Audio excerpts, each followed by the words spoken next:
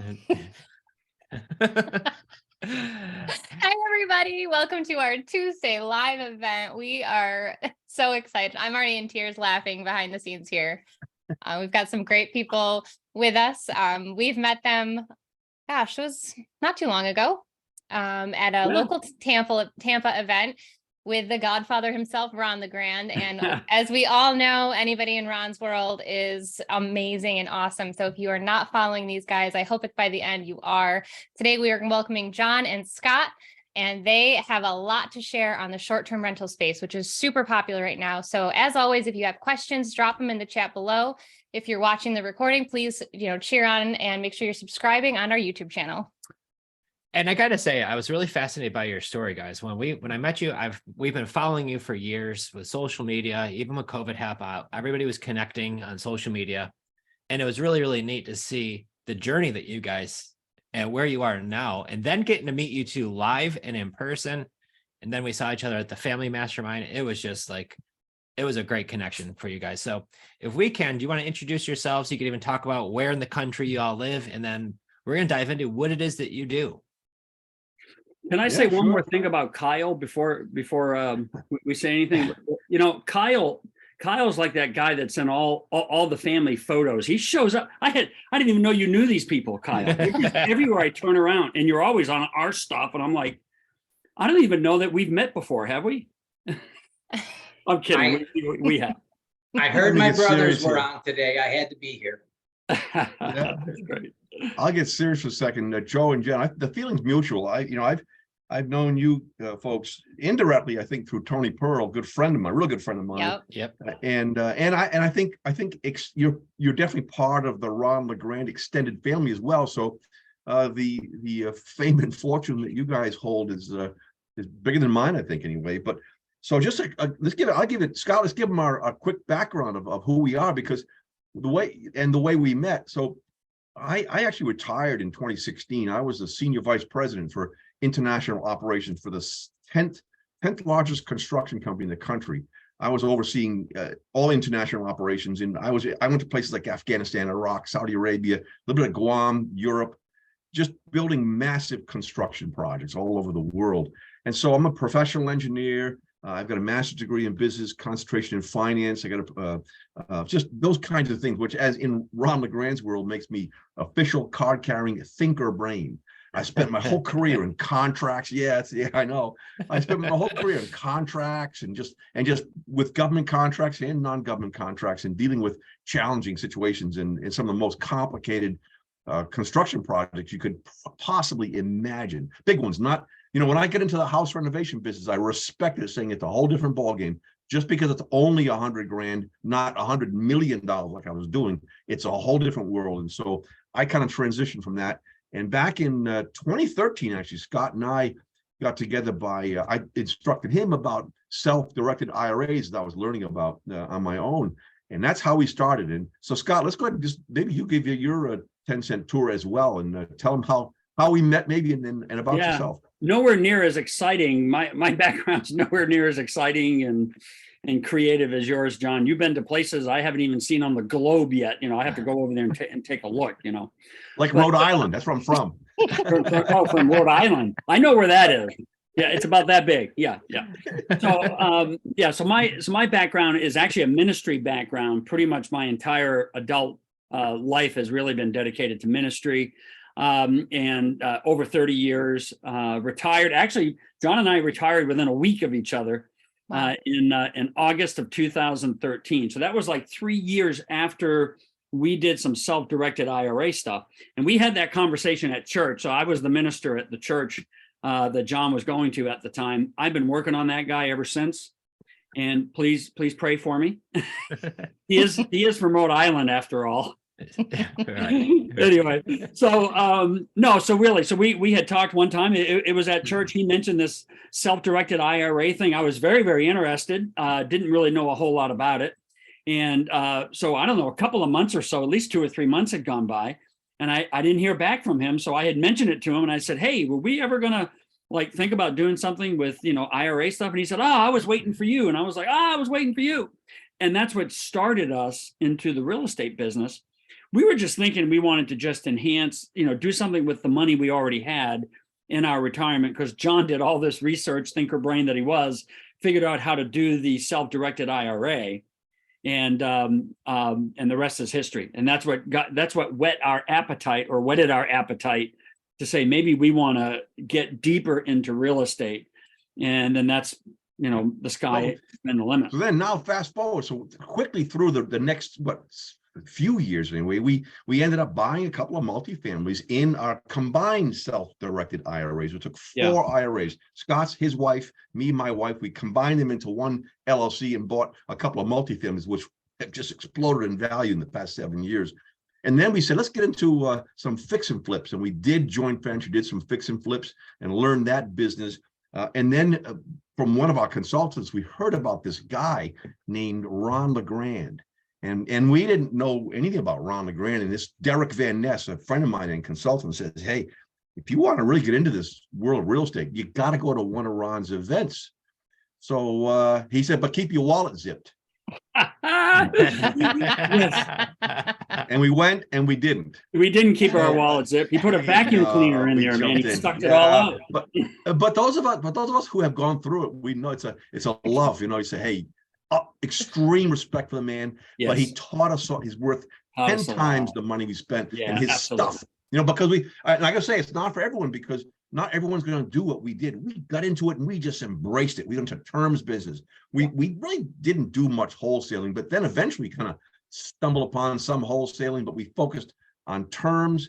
We were doing renovations, as Ron says, ugly houses. And then we stumbled upon, by one of our ugly houses, actually it was a combined, bought it on terms, needed renovation, private borrowing to renovate it, refinance and turn it into a short-term rental. This is a vacation rental type up in central New Hampshire. And we got into that business, started doing that more and more. And one day our good friend Ron LeGrand says, you guys should teach a course and build a website of some kind on how to do short-term rentals. We said, okay. And he brought us through it. He's in our course and in our system. And so now, since then, we've kind of flown off on that, and that's just one more aspect. So we do private lending, we do fix and flips, we have self-directed IRAs, we do terms deals, we do wholesaling in our short-term rental business, and now our education platform to teach the stuff that we've learned. Yeah, it's been I didn't realize we did so much stuff. Man, we're doing a lot of stuff, John. Man. So much for being retired. My second career. This is after 45 years in the construction business. I said, I'm going to do it, start all over again. Yeah. I got to say, and I'll shut up in just a second. Look at our hosts. They're going, hey, can we get a word in here? Listen, if you guys can just get out of the way, we're going to just take over the whole meeting here. You know what I mean? Yes. I love it. No, I was just going to say, because that deal was so sweet. The one that we got, that we turned into an STR that we got it on terms, 0% financing, by the way, with the owner of the property. I don't know if it was like 2 years. I forget what it was, but 0%, 3 years, just a unique situation. It's just because of the stuff that we've learned. Now I'll shut up, please. No, Jenn you guys, we knew what we were getting into having you guys on. And no, we were so excited because it's inspiring, right? It doesn't matter what you've done in your past life or when you start, it's all about what you do with what you're learning. And I love too that, you didn't really think twice about when Ron said, go do this, did you? Right. No, not at all. You trusted the guy. He said, do it my way. And well, I'll admit it. First, I was like, I like my way a little better. I didn't even have a way. I was like, my way was all made up stuff. And it didn't work until I finally said, okay, why don't I just trust the guy and what he's teaching and just do it? And that's when we began to have some success. Yeah. So I want to dial back to a self-directed IRA. Yeah. Gold. Which is gold, guys. So if you don't use one, a lot of times folks don't realize that they might have a retirement plan at their job that they didn't realize that they could buy and sell real estate inside of that IRA, and how the taxes work and the benefits of doing that. So where did you learn about that first? Yeah, good question. So this is how this first came about. The same website I joined by a guy, and he developed named Mike Dillard. Mike Dillard had a website with all kinds of, I think what did he call that website? Where he had all kinds of creative buying gold, investing in self-directed IRAs and whatnot. I learned from him on his website. I paid $600 lifetime membership. I thought it was a big chunk of money then. And he taught about that. And I started digging deeper and deeper and studying it myself. And that's when we get into that, the self-directed IRA. It is, Joe, you're right. It's a great vehicle, I would suggest, to buy and hold, own, especially multifamilies, I suppose. But you've got to be careful because there are real strict rules, the Department of Labor and the IRS, on what you can and cannot do with those. You cannot go in there and do any of your renovations. You can't, if you have you shouldn't be changing a light bulb in a self-directed IRA property. You should have a property manager who handles all of that. So, and while I do managing in our IRA properties, you've got to be really careful. And I know a lot about government contracting and regulations, so I feel safe, but I don't recommend just anybody get into personally managing properties in a self-directed IRA. But it's a great way, if it's a Roth especially. Now, Scott has Roths. I have traditional because I'm a little older. They didn't have Roths when I set my IRAs. Okay. So mine are going to be taxable. Scott's are not. But the beautiful thing on a Roth is you put the money in, you pay on the seed, not on the tree. So as this tree grows over time, there's millions of dollars in assets that it's going to become yours at retirement, I guess. So it's just a sweet thing. So, and I'm not sure everyone has this clearly, though. When we did that was in 2013. So we had those 2 5 units. We still have them today. Wow. It's unbelievable the value that is in there. Not to mention, of course, that appreciation, but also the buy down on the mortgage, and it's minuscule from when we had it 10 years ago. And then so it's don't good. the excess cash. The excess cash that goes into the checking account. Guess what? It is now a private lender as well. Isn't that fantastic? So we got income coming in at both ends and appreciation, right? Right. And the appreciation is what's blown us away. It's worth those 2 buildings are worth a lot of stinking money, more than we could have fathomed. No doubt. Yeah. So buying and holding, right? Love to buy and hold it. Yeah. If we can help it. Yep. And if you could do that inside of your IRA and take advantages of the taxes, there you go. So who do you guys use as your IRA provider or your? We have to, so for our self-directed IRAs, see, way back in 02, 03 is when we went with that route. The only thing we knew was a company called The Provident. Now, they're okay, I guess. They're a custodian, what they are in. Yep. But we use them. I also have a solo 401k that I use for private lending, and I use Equity Trust for that. But I had not used Quest, but I think if someone were asking me, I'd say, hey, I don't know about Quest personally, but I've heard a lot of good things. I'd give Quest a shot at it. I use Equity Trust. I had some real disappointing things with Equity Trust 3-4 years ago. I was really upset. It was too much work to transfer it, so I left it in there. It's okay. But for the self-directed right now, it's The Provident. There's only a couple of dozen companies, I think, in the country who can manage a self-directed IRA. So yeah, it's definitely worth learning about. You really want to get around the right people that can help you understand that. Don't just flirt with it because you don't want to violate it. Hey, I see Carly has just jumped in. Hey, Carly, long time no see. Hey, how are you? Good to see you. Good. Hey, Carly. So I would Hey, recommend Jen. starting with Quest. I would give Quest a shot first. I think they'll be really good service providers. Don't forget, the real money is what you invest in the IRA. But because a custodian, it's about customer service, really. Can they provide good customer service? So if anybody asks, I'd say give Quest a shot first. And if not, then Equity Trust is okay too, I suppose. I've only had one bad experience with them. Got beyond that. I'll tell you, Stop we've used Quest now for 3-4 years, and their customer service is outstanding. Then I'd say go with it. Yeah.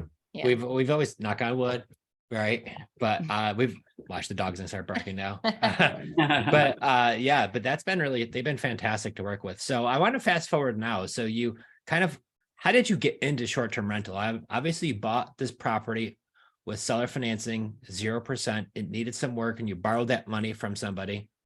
You refinanced, but what made you think like, hey, let's try out this short-term rental? Yeah, instead of just throwing in a tenant or a tenant buyer. It was John's fault. It was early in the renovation process, right, Scott? I said, hey, let's just keep this thing and let's just turn it into a short-term rental.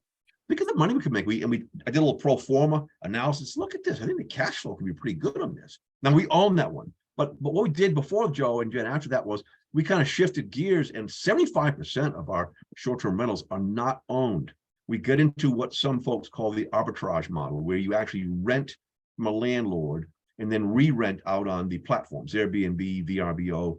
And so that model is, I mean, you don't have to get into finding the cash to buy or renovate or fix them. It's good to do both ways, I think. They're both good exit strategies, but let's face it, there's an abundance of rental properties, a whole lot more rentals than you could probably get out and buy fast enough. Scott, tell them about the time when one day we said, hey, let's get a couple more short-term rentals. Let's just get them, Scott, and tell them about how you made a couple of calls and how much time. So I've created something that I like to call the irresistible offer. I never use that with anyone that I'm working with by way of a seller or a landlord. I'm saying by way of what it is that we're teaching. It's an irresistible offer. And so I think we created a pretty good irresistible offer if we can get the ear of the landlord in this particular case. So John and I had that conversation. I called 6 landlords. I just went on Zillow, looked for landlords, not realtors and property managers, but for bona fide landlords as best as I could tell. And we landed 3 of those 6. We ended up rejecting 1 of the 3. We just didn't want the property. Frankly, we thought the landlord was going to be too high maintenance. The individual herself was it was just way too much. I was overwhelmed with just the conversation, even though she said yes. I was like, we don't want it. Which, by the way, is a good lesson in business. Don't be so desperate that you'll take anything, because people can eat you up. I mean, they'll just eat up your energy and all that. So really, really good lesson there.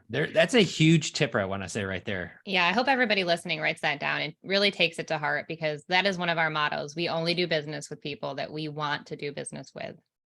And that's the benefit of being self-employed and having your own businesses. You get to pick. Yeah. Right. Yeah. So that is a true gift, guys. Like, if you didn't just listen to what Scott just said, drop that back 30 seconds. Okay. He knew from the get-go that they don't want this property after dealing with this owner of the property, because extremely high maintenance. So, oh yeah, 2 out of 3 ain't bad. Right. So in my church days, we used to call those people extra grace required, EGRs. Oh, this is an EGR.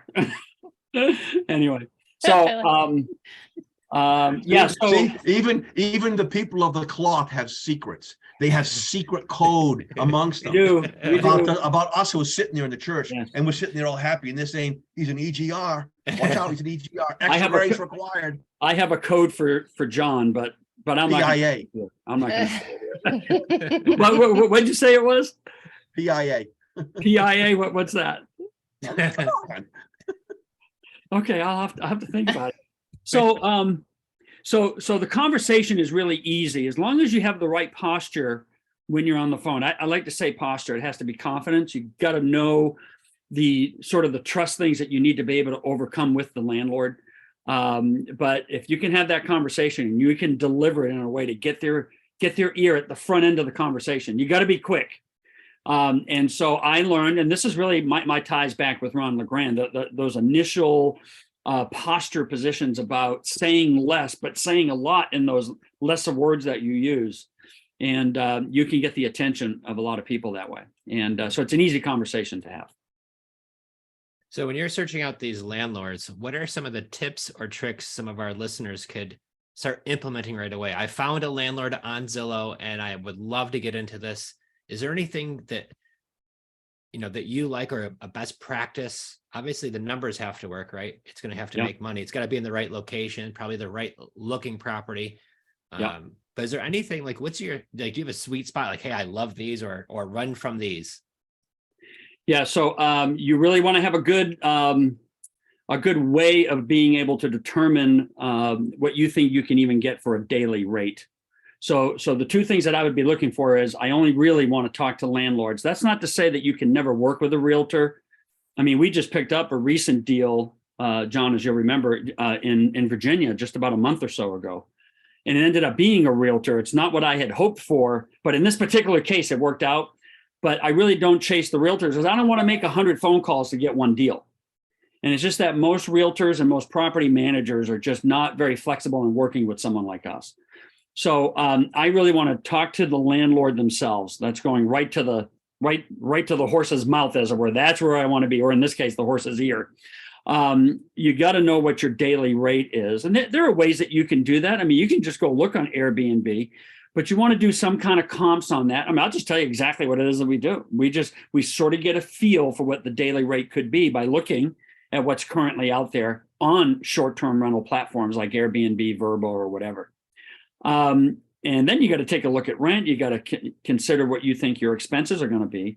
So before I would even call somebody, I'm already running some quick numbers, and if I'm only going to make, typically we go with a 60% occupancy rate. That's an intro rate. That's not what I'm saying we're comfortable with.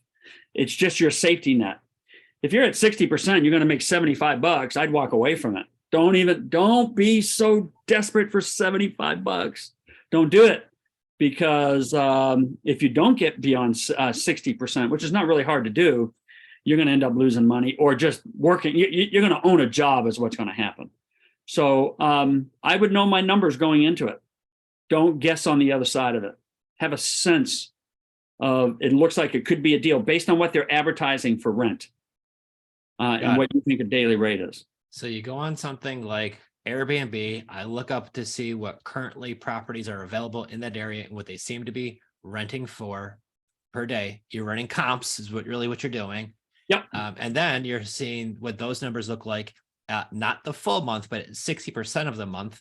Yep. Right. And then times what you believe you could get the daily rate. And then you kind of back into the numbers where now if you're able to generate $2,500 a month and your expenses are $1,000 a month at 60%, okay, it's a great deal. If you're making $75, like you just said, you have to predict if it doesn't hit 60% for a fluke and you hit 50%, you're going to lose money to work that month. Yeah. So John and I, our standard has been at 60% occupancy. If we're not making $800, we don't want to look at it. What's going to be hard for newbies is you're going to want to look at everything. This is one of the things I learned going back all these years. I saw a deal in absolutely everything, which on one hand is okay. It's good to be optimistic. I want you to be hungry. But the reality is there's not a deal in everything.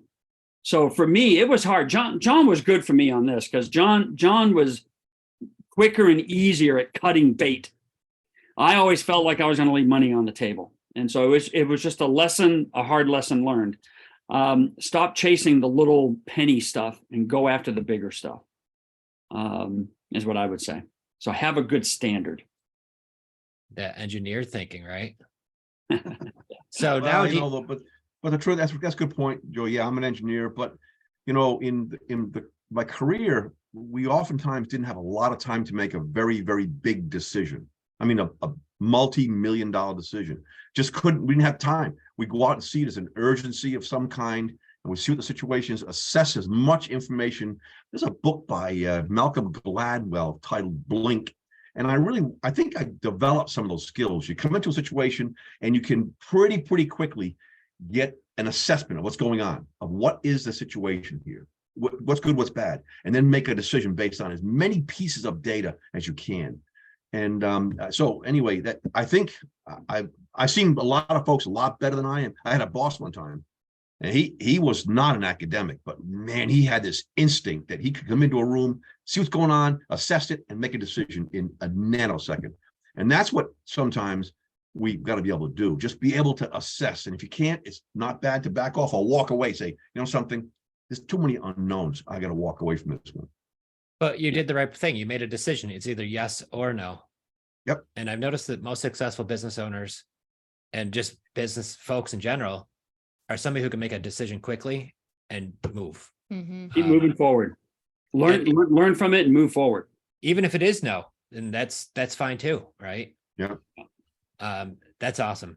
So you guys must be really busy having all these Airbnbs and doing all this stuff, aren't you? You work a ton. Busy with, I feel like we're busy with everything. We're multitaskers, if I can use that term. But yeah, so we got a full plate. So do you have help doing this, or is it just you two? No, we have help. Yeah, and we have some partners too. So we have partnered with people, and that'll probably continue to grow in some ways too. But one of the keys That's for been the interesting.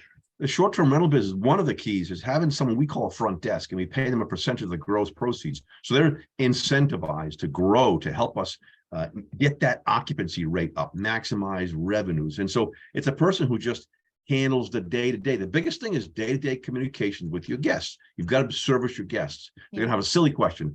Even though you have every place posted, Wi-Fi, password, on the house book, on signs, on the website, you're going to get a message. What's the Wi-Fi password?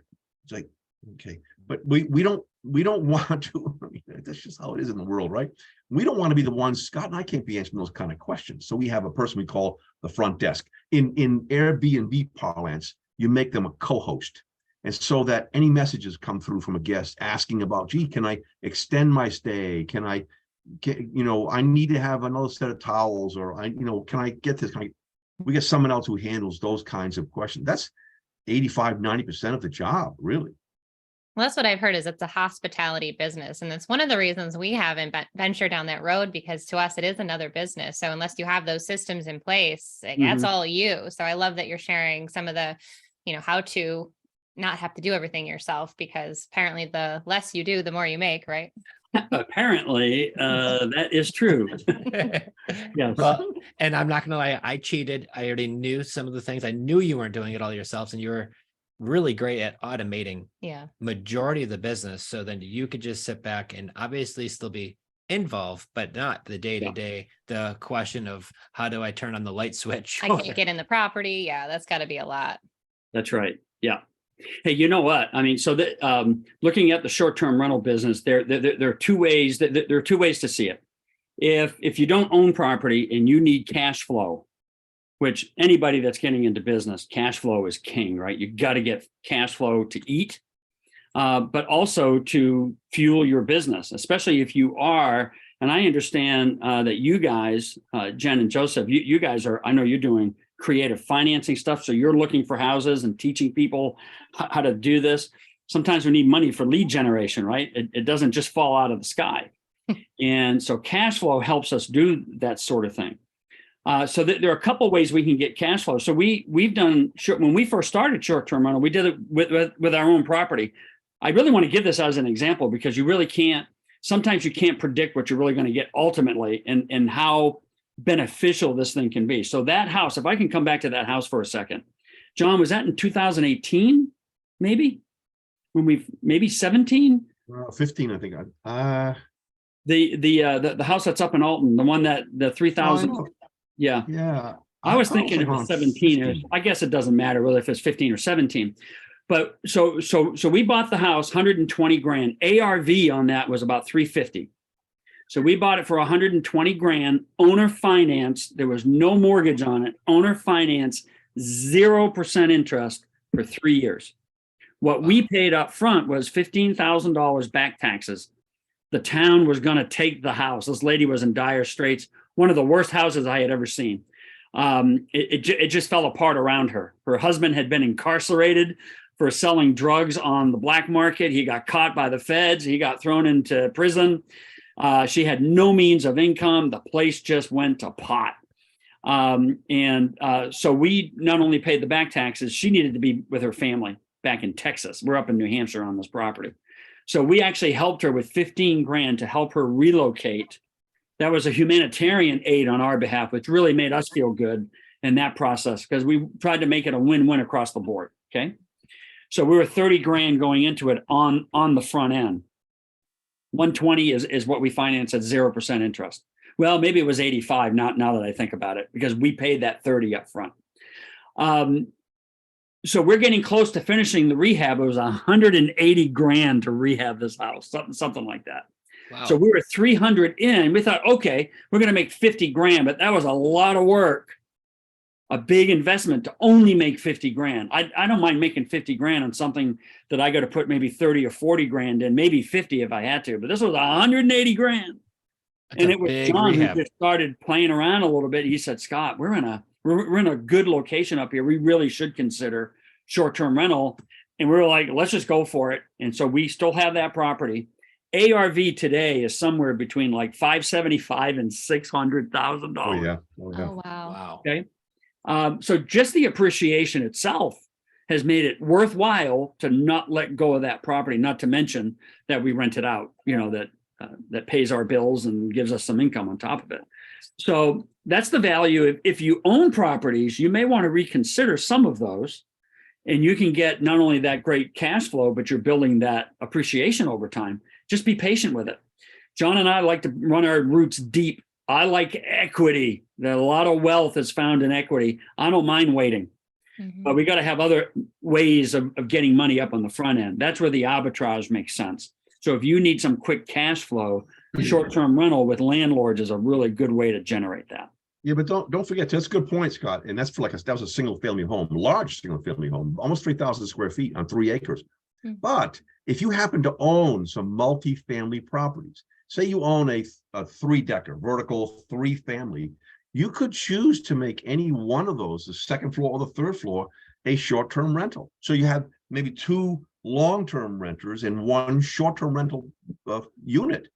You'll be surprised at the cash flow you're going to get out of it. It's gonna be, and the next thing too is, I'll guarantee you, as much as I'm sitting right here, the short-term rental guests won't put not 5% of the wear and tear on that property. Long-term guests beat the crap out of your properties. Short-term guests come in with a suitcase and a notebook computer, and every time they leave, there's a professional cleaner that checks it out. It keeps it clean. It keeps it maintained. I'm telling you, it's just we find virtually zero wear and tear because of our short-term guests. Part of our irresistible offer is, I say to landlords, no U-Haul truck is pulling up to the house. And for anyone that has done landlording, you like hearing that. That's an irresistible phrase that they need to hear. People are not moving all their crap into your house and starting this all over again.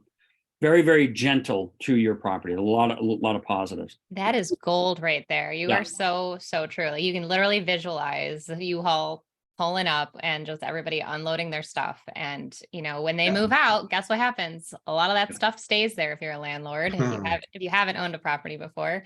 And sometimes they even leave fleas. So fleas and bed bugs. Oh my gosh. Well, bed bugs. Look, go back to the self-directed IRA properties. We've had with a make ready cost up to $4,000 for one apartment in that building. Sometimes, now usually it's $1,500, between $1,500 and $2,000. That's make ready, because you go there and there's junk in there. They leave it behind. There's junk, there's clothes, there's old bicycles, there's always tons of junk that we have to spend $100 just to get the junk out. And then you got to paint or change the rugs, or there's always something else they've destroyed. All the time. Now, I will give you this. It's in Manchester. Those are in Manchester, New Hampshire. They're very, very blue collar. Manchester's the drug capital of hey, that's my hometown you're talking about. I know it is. It's a really seedy place. I'm a product of all those drugs and whatever. So, but the thing is, you get people who because they're living hard. They're living hard on their own stuff, their own furniture, as well as the general apartment unit. So we've seen some tough wear and tear in those units. So, John, you actually remind me to say this, that I know what a lot of these people are thinking right now with where they're located and thinking short-term rentals. I'm not in a vacation area. Yeah. You don't have to be in a vacation area. In fact, I would suggest that the majority of short-term rentals in this country have nothing to do with vacation. People are traveling all over the place for all kinds of reasons. They're visiting people in the hospital. They're on business. We're getting nurses and doctors and engineers. And we've even had linemen that have stayed in our properties for months at a time, that are coming in. There's a lot of reasons why people are traveling all over this country. So let everybody else tell you, that's for vacation rental. Say, okay, yep, you're right. And then you tap into that market and get some cash flow going, and you'd be amazed what you can do. Let me tell you how correct and spot on you are. Okay. And I'm going to give you a current example of what you're saying to reinforce how correct this is. We traveled to Florida to stay close to the beaches and all that kind of stuff. We stayed at the Airbnb 1 year ago for a month, 30 days. Now, we, in 2 more weeks, are going on an amazing trip. We're going to go all across the Northeast, going back up to Rochester, New York, where we're from. We're going to be in town to visit family. Wow. We're going to go to a wedding. Our sister-in-law's getting married. Really kind of cool stuff. Rochester, New York is not a vacation spot, guys. I don't know if any of y'all have been there before. Oh yeah, oh yeah. The only reason you're going there is to go visit somebody. You're not going like, hey, Rochester, is that where we're going to go for vacation this year? Not happening. Okay. The Airbnb. Oh, Jakai. Yeah. Don't get me wrong, it's my hometown. I still got tons of love there. But it's upstate New York, and I know it's beautiful up there, but you're right. There's nothing really out there. but the Airbnb in Rochester costs more than the vacation one in Florida. Unbelievable. That Yeah, costs you- more than the one isn't in that amazing? Florida does. It's That's more 'cause of expensive. Kodak. For what? Probably. Kodak, Yeah, Kodak, these Kodak still, I think Kodak corporate headquarters used to be in Rochester, and Yeah. I mean, they used to be, I don't know if they still are, but for whatever reason, it could be just, maybe the supply is low. And maybe There's- and demand is high enough, and people loved the Airbnb thing. Many folks, they prefer hotels. So that might mean, what you're seeing might mean, get an Airbnb in Rochester, New York. I couldn't believe it. one? The first thing I said, I looked at my wife, and we have properties all over Rochester. Yeah. I'm like, which one am I going to turn to an Airbnb first? I mean, Do they're it. getting $300 a night for a single family home. And there wasn't much to choose from. That was the other thing. Like it was just nothing Mhm. there. So definitely look around that area. And then I want to get into selfishly, how do you decorate these things? Because like the design Scott. factor. I just had an idea, Scott. Are you thinking what I'm thinking? What, a picture? No, maybe how we can help Joe and Jen. Oh, yeah. Yeah, I bet we can give them a checklist on, I'll are bet you you we can thinking? give Joe and Jen access to our platform.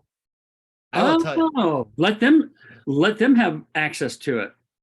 Ah, I'll tell There's you all the every tools, single time. all kinds of tools. What you just said, Jen, is about how do you furnish this thing? We have furniture checklists, and how do you go about this in an economical way? And how Mhm. do you do it right so you don't want to spend 10 grand furnishing, you want to spend 3 or something or whatever, depending on how many bedrooms it is. But we've got those tips and tricks, and we got our profitability analyzer, our city search tool. There's all kinds of tools and modules. Ron LeGrand's in the basic course with us. So I mean, I'll just send you the link. here I was thinking, now I'm embarrassed. I don't know if the camera's picking up my 3 shades of red. I'm like, yeah, we'll give them a checklist. You're like, let's give them the whole enchilada. I'm like, I don't know where we're going down that road, John. Oh, you guys are good friends, you know? Okay. Yeah, Wow. I'd love I'm to have good. it and give it a test run. Yeah. You guys are Well, awesome. I think of like, even like Conrad, if we didn't have a tenant buyer in Mhm. there. I know we love our rent to own model, but it's only because we haven't got the checklist or any sort of like step by step. Because I just envision if I have to drive around to every Goodwill store or every this, that, and the other and furnish a whole house, like that is overwhelming to me with everything I've got Yeah. going on. Yeah. And you have some, based on what I'm hearing you saying, you've got maybe a team that you're working with. If you've got some resources, you can utilize that. I can just tell you, I'm looking over here at Kyle, because Kyle has our system. He's actually a property manager, but he's in the real estate business. And he's been able to transform some of these properties that he's working with in a very humble area with humble rents that he's paying out. And he's making some really good money. I don't know if you want to share any of that, Kyle, but he's done pretty well with our system also. Yeah, Kyle, if you want to hop on here. He's like, Yeah. Take off that New York hat though. My goodness, burning my eyes out. For those who don't know, I'm also from Rochester, New York. Really? Yeah, actually, we do a lot of stuff. We're out of Fort Wayne, Indiana, not your typical vacation destination, but we about a year and a half ago, we got John and Scott's course, and we're doing a little bit of an arbitrage. We rented a duplex from an owner that we would have managed for 10%. And so we're doing a whole lot better there. There's an 8-plex we're managing for an owner that now we're on our second one, about to open the second one he's letting us do there. And then I own several mobile home parks, and we recently converted one of our new homes to an Airbnb. And funny thing is, I'm watching the 5th highest. It's got a guy who's got 20,000 lots on his national seminar the other day saying Airbnbs and mobile homes do not work. And we're just knocking it out of the park with that.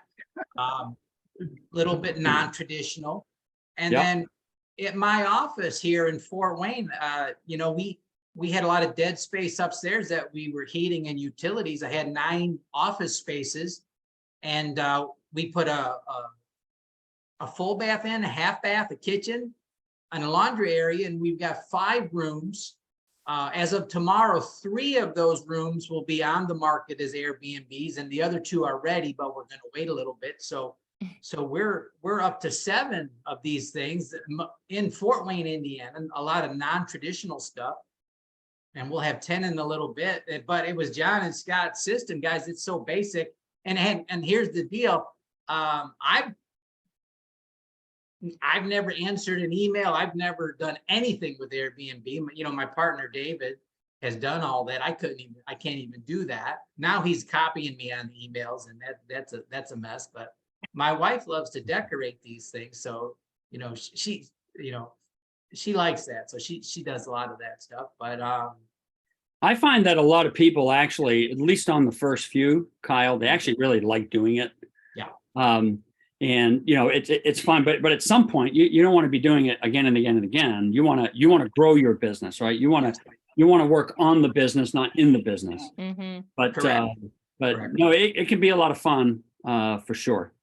I know it Plus, sounds elementary, but I want to back up for a second because we threw a really fancy word out, arbitrage. And I'm not sure if somebody who is new to real estate even knows what that means. So could we kind of break that word down a little bit?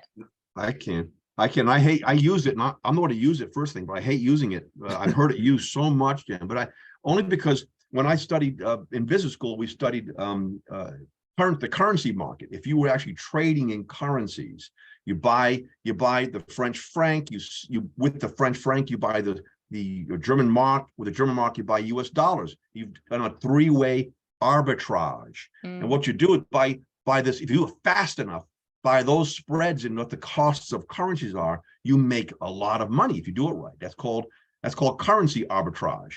And so that, in my mind, is a real sophisticated arbitrage. Is a sophisticated thing. In this case here, all we're doing really is renting from a landlord and then re-renting out on Airbnb. And so I've heard many folks call it arbitrage. I guess if you open up Webster's, it probably fits in definition. But to me, the process is so much more simpler than what I'm accustomed to in arbitrage. An arbitrage model is usually a multinational construct because of the purchasing power paradigm and no, you don't know that. Well, and I think too, it's, like you said, it's a lot simpler than even the word sounds. Yeah, the word sounds scary. And that's why I wanted to make it. It's not as scary as it sounds. But you're really, it sounds like a scary word. It's just not a scary, it's a very simple process. And I apologize for throwing the word out, but I've heard it used so much in the past 2 months. I said, all right, I got to give in, but no, it's even Airbnb uses it. It is, for anyone that's in this level of business, it's in the vernacular now. That for other people, they hear arbitrage, they would be puzzled by what you're saying, John, which is the original use of the word, the original meaning of the word. So that's what happens when things come back into our vernacular.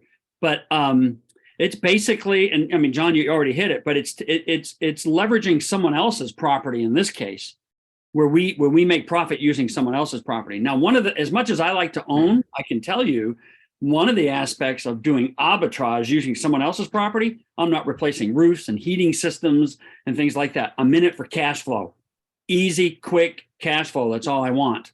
Where it makes sense on properties that I own, like the example, what got us into the business in the first place. I mean, we've done so stinking well with it. I'm glad we did what we did. And it's good to use some owned properties. Test them. If you own some, don't test them all at once. Test one, see how it goes. If it works for you, test another one out. You own the property. You can change your mind anytime you want. Okay. Why are you laughing, dear? I'm laughing because we did that in 2017. We went from all just rentals to 5 rent to owns, and it was chaotic, to put it simply. Yeah, Sure. It's a paradigm shift. One at a time.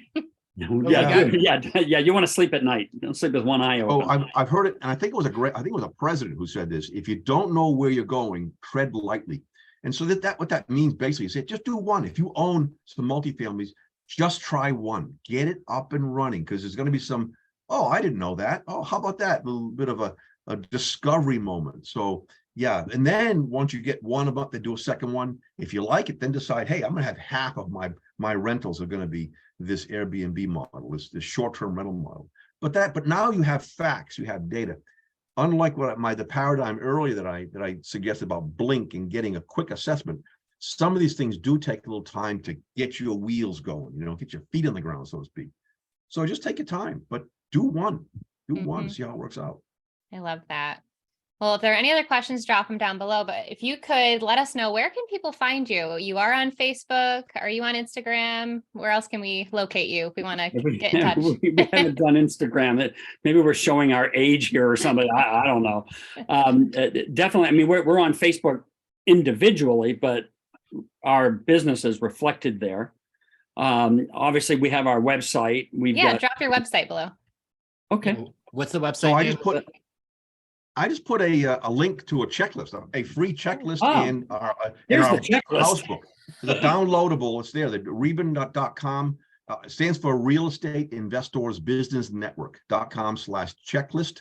You get a checklist. I think it's the furniture checklist, Scott, if I'm not mistaken, and also the house book, our house book template we have in our whole platform, which is a couple tools. As far as getting hold of us, I guess I can get a hold of us through the website. Just click through the. I can give them my email address as well if they want to get a hold of us. Yeah, definitely. Well, we're going to put this up on YouTube, so it'd be nice if anybody wants to chat with you a little bit more, because you really have a lot to share. I love the way you break things down and explain it. You make it seem not so scary. Maybe we will be doing Airbnb in the near future.